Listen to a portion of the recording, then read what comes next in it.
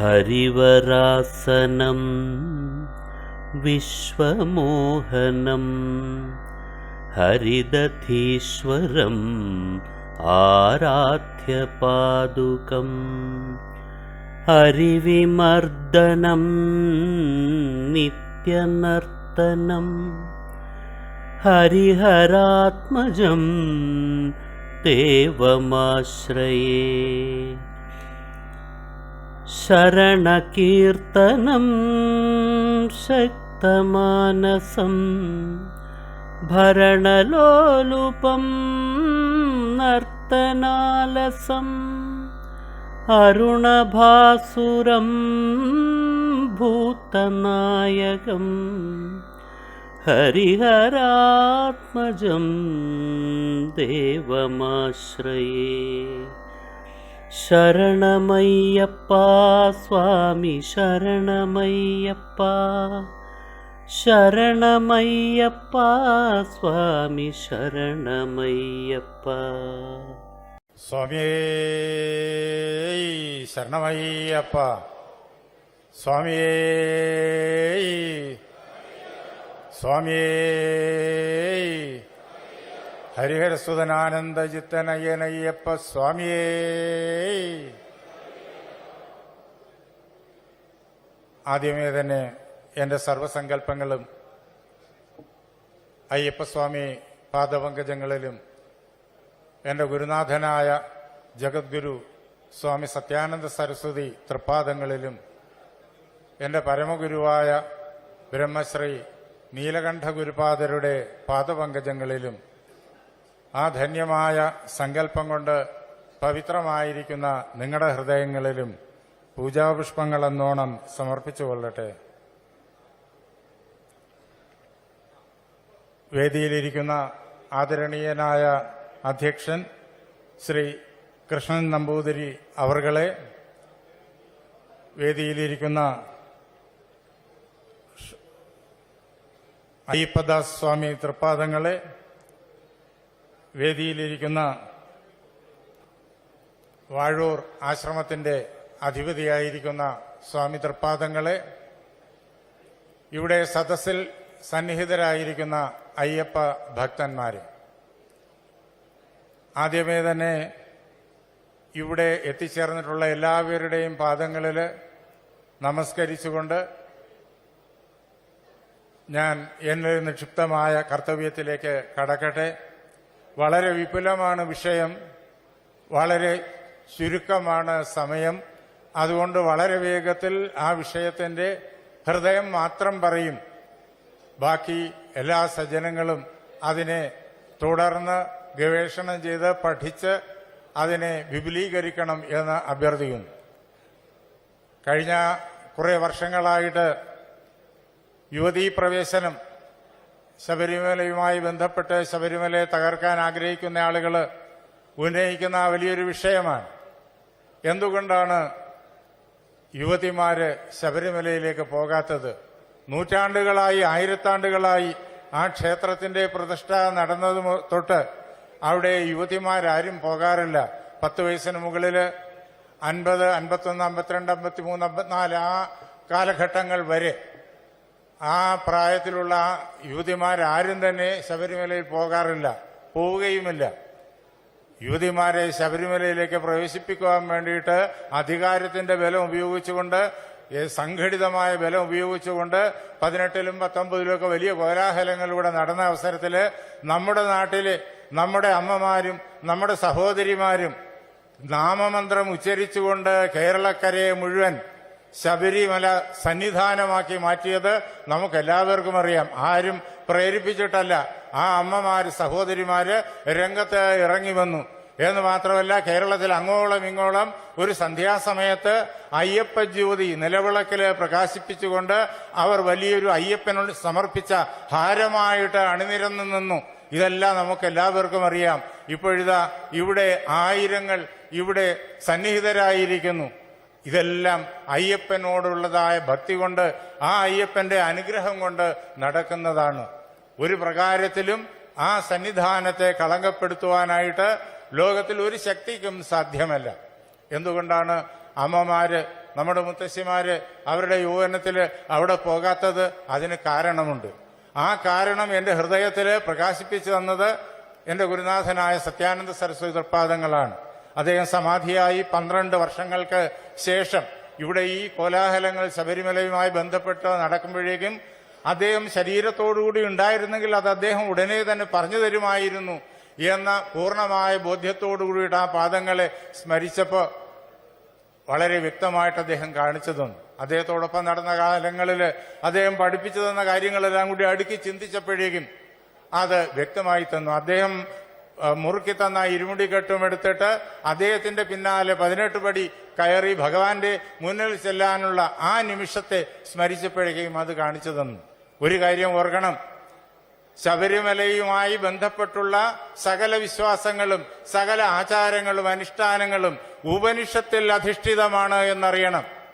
ഇതിന്റെ മുഴുവൻ അടിസ്ഥാനം ഉപനിഷത്താണ്. ആ ഉപനിഷത്തിൽ നിന്നുണ്ടായിട്ടുള്ളതായ ബ്രഹ്മസൂത്രം, ഭഗവത്ഗീത മുതലായ മഹാഗ്രന്ഥങ്ങളാണ് ശബരിമലയുമായി ബന്ധപ്പെട്ടുള്ള സകല ആചാരങ്ങൾക്കും അനുഷ്ഠാനങ്ങൾക്കും അടിസ്ഥാനമെന്നറിയണം. ഇവിടെ നടപ്പിലാക്കുന്ന ആ ആചാരാനുഷ്ഠാനങ്ങൾ ഗുരുസ്വാമിമാര് നമുക്ക് ആ ആചാരാനുഷ്ഠാനങ്ങളിൽ എള്ളിട വ്യത്യാസം വരാതെ നമുക്ക് ഉപദേശിച്ചു തരുന്നു, നമ്മെ ആ ആചാരാനുഷ്ഠാനങ്ങൾ ചെയ്യിക്കുന്നു. അങ്ങനെ ഗുരുസ്വാമിമാര് നമുക്ക് പഠിപ്പിച്ചു തരുന്ന ആ ആചാരാനുഷ്ഠാനങ്ങളെല്ലാം ഉപനിഷത്തിൽ അധിഷ്ഠിതമാണ് എന്നറിയണം.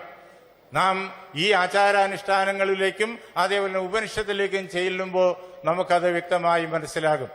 ഈ ലോകത്തില് അനേക ലക്ഷം ക്ഷേത്രങ്ങളുണ്ട്. ഭാരതത്തിനുള്ളിൽ മാത്രമല്ല ഭാരതത്തിന് വെളിയിലും ക്ഷേത്രങ്ങളുണ്ട്. ആ ക്ഷേത്രങ്ങൾ ഒന്നിലുമില്ലാത്തതായ പ്രത്യേകത ഉള്ള ക്ഷേത്രമാണ് ശബരിമല. മറ്റെല്ലാ ക്ഷേത്രങ്ങളിലും സ്ഥിതിക്രമത്തിലാണ് ക്ഷേത്രത്തിന്റെ നിർമ്മിതി, ക്ഷേത്രത്തിന്റെ പൂജാദികൾ, ക്ഷേത്രത്തിന്റെ അനുഷ്ഠാനങ്ങൾ. സൃഷ്ടി, സ്ഥിതി, സംഹാരം എന്നുള്ള ഈ പ്രപഞ്ച ചലനത്തിന്റെ 3 ഭാവങ്ങൾ അറിയുമല്ലോ.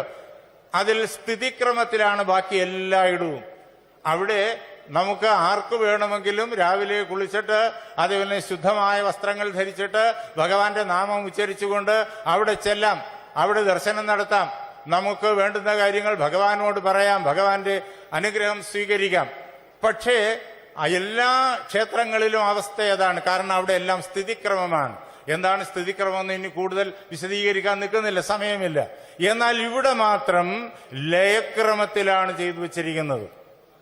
ശബരിമലയില് പ്രതിഷ്ഠ ലയക്രമത്തിലാണ്, സ്ഥിതിക്രമത്തിലല്ല.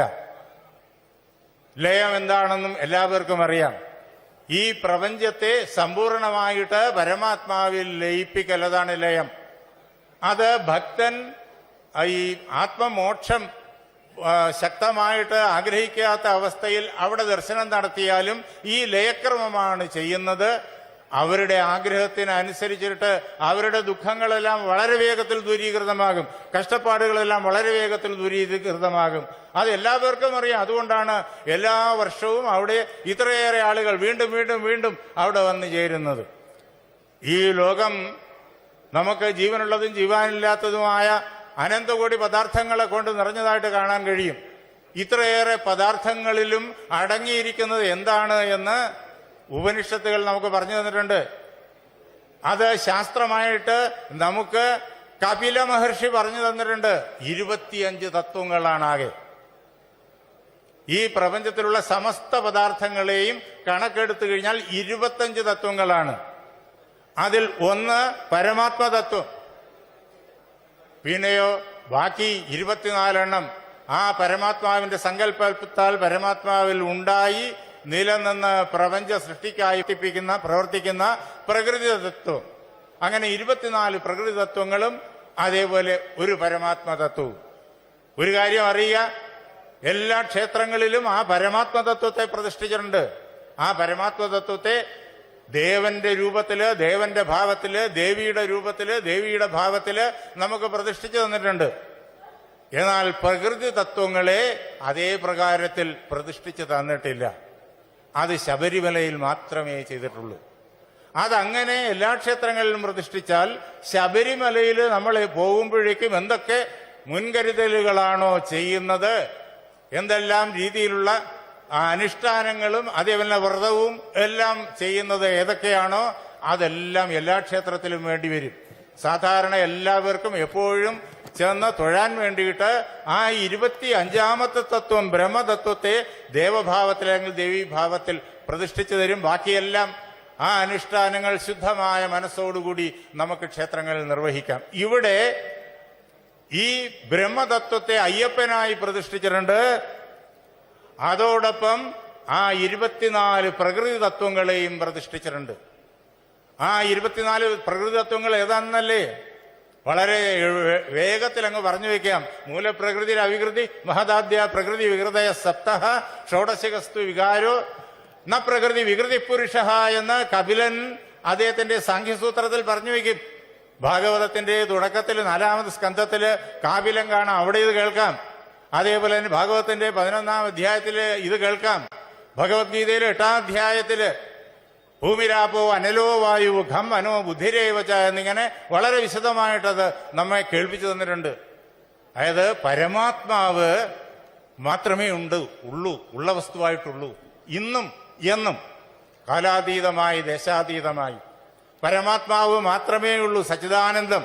ആ സച്ചിദാനന്ദമാണ് അയ്യപ്പസ്വാമിയായിട്ട് അവിടെ ഇരിക്കുന്നത്. ആ സച്ചിദാനന്ദം മാത്രമേ ഉള്ളൂ. ആ സച്ചിദാനന്ദത്തിൽ നിന്നിട്ട് പരമാത്മാവിൽ നിന്നിട്ട് പ്രപഞ്ചത്തിന്റെ സൃഷ്ടിക്ക് വേണ്ടിയിട്ട് പ്രകൃതി സ്പന്ദിച്ചു തുടങ്ങുന്നു. പരമാത്മാവിൽ നിന്ന് അഭിന്നമായ പ്രകൃതി സ്പന്ദിച്ചു തുടങ്ങുന്നു. അതാണ് സദൈവ സൗമ്യ ഇതം അഗ്രേ ആസീത്. നമുക്ക് ബൃഹദാരണ്യ ഉപനിഷത്തിൽ കേൾക്കാം, അല്ലയോ കുഞ്ഞെ, ഈ ലോകം ഉണ്ടാകുന്നതിന് മുമ്പ് സത്വം മാത്രമേ ഉണ്ടായിരുന്നുള്ളൂ, പരമാത്മാവ് മാത്രമേ ഉണ്ടായിരുന്നുള്ളൂ. സ അകാമയത ബഹുസ്യാം, അവൻ സങ്കല്പിച്ചു ഞാൻ പലതായി തീരട്ടെ എന്ന്. അങ്ങനെ പരമാത്മാവില് പ്രകൃതി സ്പന്ദം തുടങ്ങുന്നു. അങ്ങനെ പരമാത്മാവിൽ നിന്ന് മൂലപ്രകൃതി, വളരെ വേഗത്തിൽ പറഞ്ഞുവാണ്, പരമാത്മാവിൽ മൂലപ്രകൃതി, മൂലപ്രകൃതിയിൽ മഹത്തത്വം, മഹത്തത്വത്തിൽ നിന്ന് അഹങ്കാരതത്വം, അഹങ്കാരതത്വത്തിൽ നിന്ന് ശബ്ദതത്വം, അതിൽ നിന്ന് സ്പർശതത്വം, അതിൽ നിന്ന് രൂപതത്വം, അതിൽ നിന്ന് രസതത്വം, അതിൽ നിന്ന് ഗന്ധതത്വം, അതിൽ നിന്ന് മനസ്തത്വം, അതിൽ നിന്ന് 5 ജ്ഞാനേന്ദ്രിയങ്ങൾ, അതേപോലെ തന്നെ ആ തന്മാത്രകളിൽ നിന്നിട്ട് 5 കർമ്മേന്ദ്രിയങ്ങൾ, ആ തന്മാത്രകളുടെ താമസാംശത്തിൽ നിന്നിട്ട് 5 സ്ഥൂലഭൂതങ്ങൾ. 5 സ്ഥൂലഭൂതങ്ങൾ എണ്ണമെടുത്തോളണം. 5 സ്ഥൂലഭൂതങ്ങൾ, 5 കർമ്മേന്ദ്രിയങ്ങൾ, 10 5 ജ്ഞാനേന്ദ്രിയങ്ങൾ, 15 ഒരു മനസ്തത്വം, 16 പിന്നെ ശബ്ദസ്പർശ രൂപരസ ഗന്ധ തന്മാത്രകൾ 5, 16 5 21, പിന്നെ അഹങ്കാരതത്വം 22, പിന്നെ ആ മഹത്തത്വം 23, ഇതിന്റെ എല്ലാം ആസ്പദമായി നിൽക്കുന്ന മൂലപ്രകൃതി 24. ഈ 24 എണ്ണവും ശബരിമലയിൽ പ്രതിഷ്ഠിച്ചു തന്നു. എന്തിന്? ലയക്രമത്തിലുള്ള പൂജയ്ക്കും ലയക്രമത്തിലുള്ളതായ ആചാരാനുഷ്ഠാനങ്ങൾക്കും വേണ്ടിയിട്ട്. അതില് 18 എണ്ണം ആണ് ആ 18 പടികൾ. അവിടെ ആ ശ്രീകോവിലിൽ പ്രതിഷ്ഠിച്ചിരിക്കുന്ന അയ്യപ്പന്റെ വിഗ്രഹത്തിന് എന്ത് പ്രാധാന്യമുണ്ടോ അതേ പ്രാധാന്യമാണ് ഈ പടിക്കുള്ളത്. ആ വിഗ്രഹം തന്നെയാണ് ഈ പടി, യാതൊരു വ്യത്യാസവും ഇല്ല. അതുകൊണ്ടാണ് പടിപൂജയും കാര്യങ്ങളും ഒക്കെ ചെയ്യുന്നത്. ആ പടി കയറണമെങ്കിൽ ഇത്രയും നാളത്തെ വ്രതം നോക്കണം. ഗുരുസ്വാമിമാര് നമുക്ക് പറഞ്ഞു തന്നിട്ടുണ്ട്, നമ്മുടെ അമ്മയും മുത്തശ്ശിയും ഒക്കെ നമുക്ക് പറഞ്ഞു തന്നിട്ടുണ്ട്. ആ വ്രതം നോക്കണം, ഇരുമുടിക്കെട്ട് കെട്ടണം. ആ ഇരുമുടിക്കെട്ടും ശിരസി വെച്ചേ കയറാൻ പാടുള്ളൂ, ഇല്ലാതെ കയറാൻ പാടില്ല അവിടെ എന്ന് മാത്രമല്ല, കാനനപാതയിലൂടി വരുന്നിടത്തും ഇതെല്ലാം ഉണ്ട്. അതൊന്നും വിശദീകരിക്കാൻ നിൽക്കുന്നില്ല. അങ്ങ് കോട്ടപ്പടി മുതല് ഇങ്ങ് ശരംകുത്തിയും കടന്ന് തൃപ്പടിയിലെത്തുന്നത് വരെ ഇത് തന്നെ കാനനപാതയിലും സംവിധാനം ചെയ്തു വച്ചിരിക്കുന്നു. അങ്ങനെ ഇത്രയേറെ ചിട്ട അവിടുത്തെ ദർശനത്തിന്. ആ ഇരുമുടിക്കെട്ടില് ഭഗവാന്റെ അഭിഷേകത്തിനുള്ള പൂജാദ്രവ്യങ്ങളാണ്. അതിലേറ്റവും പ്രധാനം നെയ്ത്തേങ്ങയാണ്, നമുക്ക് എല്ലാവർക്കും അറിയാം. അതുകൂടാതെ അങ്ങോട്ട് കടക്കാനായിട്ട് പാടില്ല. അപ്പൊ അങ്ങനെ ഏറ്റവും താഴത്തെ 5 പടികൾ അത് പഞ്ചഭൂതങ്ങളാണ്. അതിനു മുകളിലുള്ള 6 തൊട്ട് 10 വരെയുള്ള പടികൾ അത് കർമ്മേന്ദ്രിയങ്ങളാണ്. അതിനു മുകളിലുള്ള 11 തൊട്ട് 15 വരെയുള്ള പടികൾ അത് ജ്ഞാനേന്ദ്രിയങ്ങളാണ്. 16ാമത്തെ പടി മനസ്തത്വമാണ്. 17ാമത്തെ പടി സൂക്ഷ്മ തന്മാത്രകളിലെ ഗന്ധതത്വമാണ്. 18ാമത്തെ പടി സൂക്ഷ്മ തന്മാത്രകളിലെ രസതത്വമാണ്. ശരീരത്തോടു കൂടിയിട്ട് ഏതൊരു സാധകനും ഈ 18 പടികളെ കയറാൻ പറ്റൂ, ശരീരത്തോടുകൂടി. അതിനപ്പുറം കടക്കുന്നത് സമാധിയിലാണ്. അതുകൊണ്ടാണ് 18 പടി കയറിക്കഴിഞ്ഞാൽ ശ്രീകോവിലിന്റെ മുന്നിൽ പോയി നിൽക്കണം. 19ാമത്തെ പടി എന്നുള്ള രൂപതത്വമാണ്. അതാണ് ശ്രീകോവിലിന്റെ മുന്നിലുള്ള ആ സോപാനത്തിലെ ഏറ്റവും താഴത്തെ പടി. സോപാനത്തിൽ 5 പടിയും അതിന് മുകളിൽ 6ാമതൊരു പടിയുമുണ്ട്. അതിലെ ഏറ്റവും താഴെയുള്ള പടി അത് രൂപതത്വമാണ്. അതായത് താഴേന്ന് എണ്ണി എടുത്തു കഴിഞ്ഞാൽ 19ാമത്തത് രൂപതത്വമാണ്. അത് കഴിഞ്ഞാൽ അടുത്ത പടി എന്നുള്ളത് അത് സ്പർശതത്വമാണ്. അതിനടുത്ത പടി എന്നുള്ളത് അതായത് 20ാമത്തെ പടി അത് 21ാമത്തെ പടി അത് ശബ്ദതത്വമാണ്. 22ാമത്തെ പടി അഹങ്കാരതത്വമാണ്. 23ാമത്തെ പടി മഹത്തത്വമാണ്. അങ്ങനെ 23 പടിയായി 24ാമത്തെ പടി മൂലപ്രകൃതിയാണ്. അതാണ് ആ സോപാനത്തിൽ 5 പടിയും കഴിഞ്ഞ 6ാമത്തെ പടി കാണുന്നത്. അതങ്ങ് ശ്രീകോവിൽ മുഴുവൻ വ്യാപിച്ചു നിൽക്കുന്നു. അതിന്റെ നടുക്കാണ് ഈ പരമാത്മതത്വം. അയ്യപ്പനെ സഗുണ സാകാരമായിട്ട്, നിർഗുണ നിരാകാരത്തെ സഗുണ സാകാരമായിട്ട് പ്രതിഷ്ഠിച്ചിരിക്കുന്നത്. ആ അയ്യപ്പ തത്വത്തെ ദർശിക്കുമ്പോഴേക്കും നമുക്കുണ്ടാകുന്ന ആനന്ദം ഇവിടെ ഇരിക്കുന്ന എല്ലാവർക്കും അറിയാം. അതുകൊണ്ടാണ് എല്ലാവരും ഇവിടെ വരുന്നത്, ആ ശബരിമലയിൽ വരുന്നത്. കാരണം നമ്മുടെ കർമ്മ ബാധ്യതകൾ, കർമ്മ ദുഃഖങ്ങൾ അതെല്ലാം ഈ പടി കയറി അവിടെ വരുമ്പോഴേക്കും ദൂരീകൃതമായി തീരുന്നു. ഈ പടി കയറുന്നത് ലയിപ്പിക്കലാണ്. ഇത് ഞാനല്ല, ഇത് ഞാനല്ല, ഇത് ഞാനല്ല. ബൃഹദാരണ്യക ഉപനിഷത്തിലെ നേതി വിശദീകരിക്കാനൊന്നും നിൽക്കുന്നില്ല. ഇതല്ല, ഇതല്ല, ഇതല്ല. അതാണ് ഇത് മുഴുവൻ ഉപനിഷത്താണ്. ബൃഹദാരണ്യക ഉപനിഷത്തിലെ നേതിയാണ്. ഇവിടെ ആ പടി 1 തൊട്ട് അങ്ങോട്ട് കയറുമ്പോൾ അത് ലളിതമായിട്ട് ശങ്കരാചാര്യ സ്വാമികൾ നമുക്ക് പാടി തന്നിട്ടുണ്ടല്ലോ നിർവാണ ഷട്കത്തില്. ഇവിടെ ഇരിക്കുന്ന അധികം പേർക്കും അതറിയാം. മനോബുദ്ധി അഹങ്കാര ചിത്താനിനാഹം. ഞാൻ മനസ്സല്ല, ബുദ്ധിയല്ല, അഹങ്കാരമല്ല, ചിത്തമല്ല. അദ്ദേഹം പാടി തന്നു. നജ ശ്രോത്രജിഹ്വേ നജ ഘ്രാണനേത്രേ. ഞാൻ കണ്ണല്ല, മൂക്കല്ല, നാക്കല്ല, തൊക്കല്ല, ചെവിയല്ല. നച വ്യോമ ഭൂമിർ ന തേജോ ന വായു. ഞാൻ ആകാശമല്ല, ഞാൻ വായുവല്ല, ഞാൻ അഗ്നിയല്ല, ഞാൻ ജലമല്ല, ഞാൻ പൃഥ്വിയല്ല. പിന്നെയോ ചിത് ആനന്ദരൂപ ശിവോഹം ശിവോഹം. ചിത് സ്വരൂപവും ആനന്ദസ്വരൂപവുമായ ശിവമാണ്, മംഗളമാണ് ഞാൻ, മംഗളമാണ് ഞാൻ. ഇതാണ് നമ്മൾ ആ പടി കയറുമ്പോൾ ചെയ്യുന്നത്. നേത്തിയാണ്. ഇനി ഇതൊക്കെ മറ്റെല്ലാ ഉപനിഷത്തുകളും കേൾക്കാം, പറയാൻ നിൽക്കുന്നില്ല. തീര്യത്തിലൊക്കെ വളരെ വിശദമായിട്ട് കേൾക്കാം. അതായത് ഓരോ പടിയായിട്ട് ഇത് ഞാനല്ല, ഇത് ഞാനല്ല. ഈ 24 തത്വങ്ങളും ചേർന്നാണ് നമ്മുടെ ഈ ശരീരം. നമ്മുടെ ഉള്ളിൽ അയ്യപ്പനിരിക്കുന്നു, പരമാത്മതത്വം. ആ പരമാത്മതത്വത്തിൽ എത്തുമ്പോഴാണ് നമ്മുടെ ദുഃഖങ്ങളെല്ലാം തീരുന്നത്. അതിലെത്താൻ വേണ്ടിയിട്ട് ഇതിനെ ഒന്നൊന്നായിട്ട് നിഷേധിക്കുകയാണ്. നമ്മുടെ എല്ലാ സാധനകളിലും ഇതാണ് ചെയ്യുന്നത്, എല്ലാ അനുഷ്ഠാനങ്ങളിലും ഇതാണ് ചെയ്യുന്നത്. നമ്മൾ ഏത് സമ്പ്രദായം സ്വീകരിച്ചു കഴിഞ്ഞാലും ഈ പ്രകൃതി തത്വങ്ങളെ നിഷേധിച്ച് പോവാണ്. അത് ബലപൂർവകമായി താന്ത്രികമായ സമ്പ്രദായത്തിൽ ശബരിമലയിൽ ചെയ്യുന്നു. ഞാൻ ഈ 5 സ്ഥൂലഭൂതങ്ങളുമല്ല, ഈ 5 പടി കയറുമ്പോൾ ഞാൻ ഈ 5 സ്ഥൂലഭൂതങ്ങളുമല്ല. പിന്നെയോ അതിനു മുകളിലുള്ള 5 പടി കയറുമ്പോഴേക്കും, ഒന്നൊന്നായിട്ട് കയറുമ്പോഴേക്കും ഞാൻ ഈ കർമ്മേന്ദ്രിയങ്ങളല്ല. അതിനു മുകളിൽ 5 എണ്ണം കയറുമ്പോഴേക്കും ഞാൻ ജ്ഞാനേന്ദ്രിയങ്ങളല്ല. പിന്നെ 16ാമത്തെ കയറുമ്പോഴേക്കും ഞാൻ മനസ്സ്, ബുദ്ധി, അഹങ്കാരം, ചിത്തം എന്നിവയല്ല. അതിനു മുകളിൽ ഉള്ളതായ 2 പടികൾ, അതായത് രസതന്മാത്രയും അതേപോലെ തന്നെ ഗന്ധതന്മാത്രയും, അതും ഞാനല്ല. ഇങ്ങനെ നിഷേധിച്ചിട്ട് ഇതിനെല്ലാം ലയിപ്പിച്ച് ബലപൂർവകമായിട്ട് ലയിപ്പിക്കലാണ്. അതിന് നമുക്ക് ശക്തി വേണം. അതിനുള്ളതായ ആ ശക്തിയാണ് ഈ മുദ്ര ധരിക്കുന്നത് തൊട്ട് അവിടെ ചെന്ന് ദർശനം നടത്തുന്നത് വരെയും അവിടുന്ന് തിരിച്ചിറങ്ങി വന്ന് മുദ്ര ഊരുന്നത് വരെയുമുള്ള ആ അനുഷ്ഠാനം, അത് വലിയൊരു അനുഗ്രഹമായിട്ട് നമുക്ക് നിൽക്കും. ഇങ്ങനെ ഞാൻ മനസ്സല്ല, ബുദ്ധിയല്ല, അഹങ്കാരമല്ല. പിന്നെ ആരാ ഞാൻ? ഞാൻ അയ്യപ്പനാണ്. സ്വാമിയേ ശരണമയ്യപ്പ, ഞാൻ അയ്യപ്പനാണ്. ഇതാണ് അവിടുത്തെ ദർശനം. വളരെ വേഗത്തിൽ പറഞ്ഞു, അങ്ങനെ പറ്റുള്ളൂ. ഇനി യുവതിമാരെന്തുകൊണ്ട്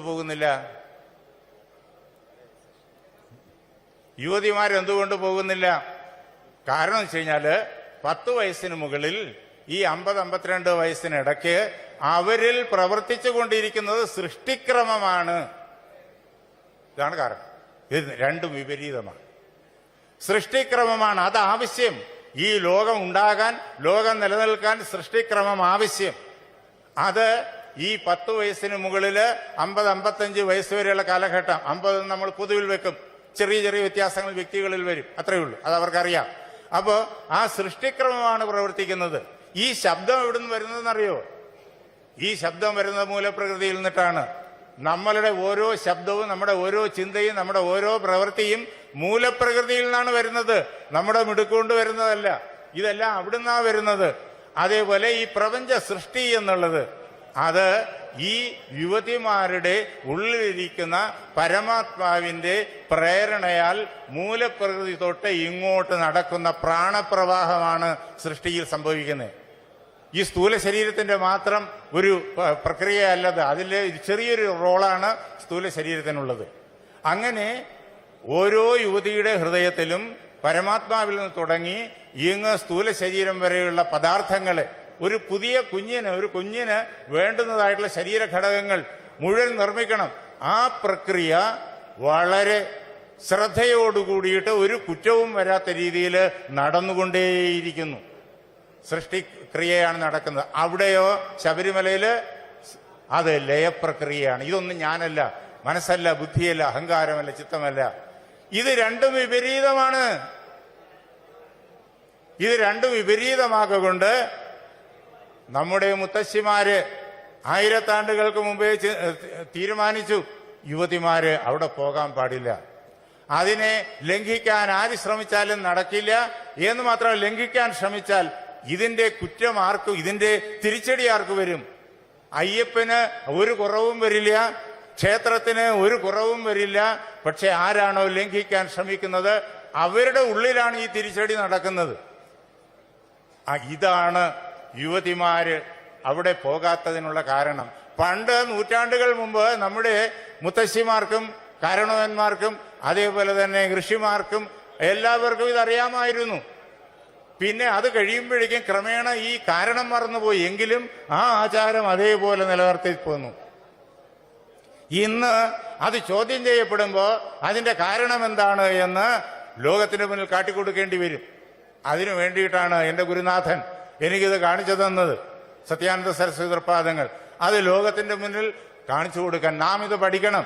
ഇത് വളരെ ലളിതമായി ഒരു ചെറിയൊരു പുസ്തകമായി അധ്യാത്മ ശബരീശ്വരം എന്ന തലക്കെട്ടിൽ ഒരു പുസ്തകമായിട്ട് ഞാൻ രചിച്ചിട്ടുണ്ട്. അത് നമ്മുടെ കുരുക്ഷേത്ര പ്രകാശൻ പ്രസിദ്ധീകരിച്ചിട്ടുണ്ട്.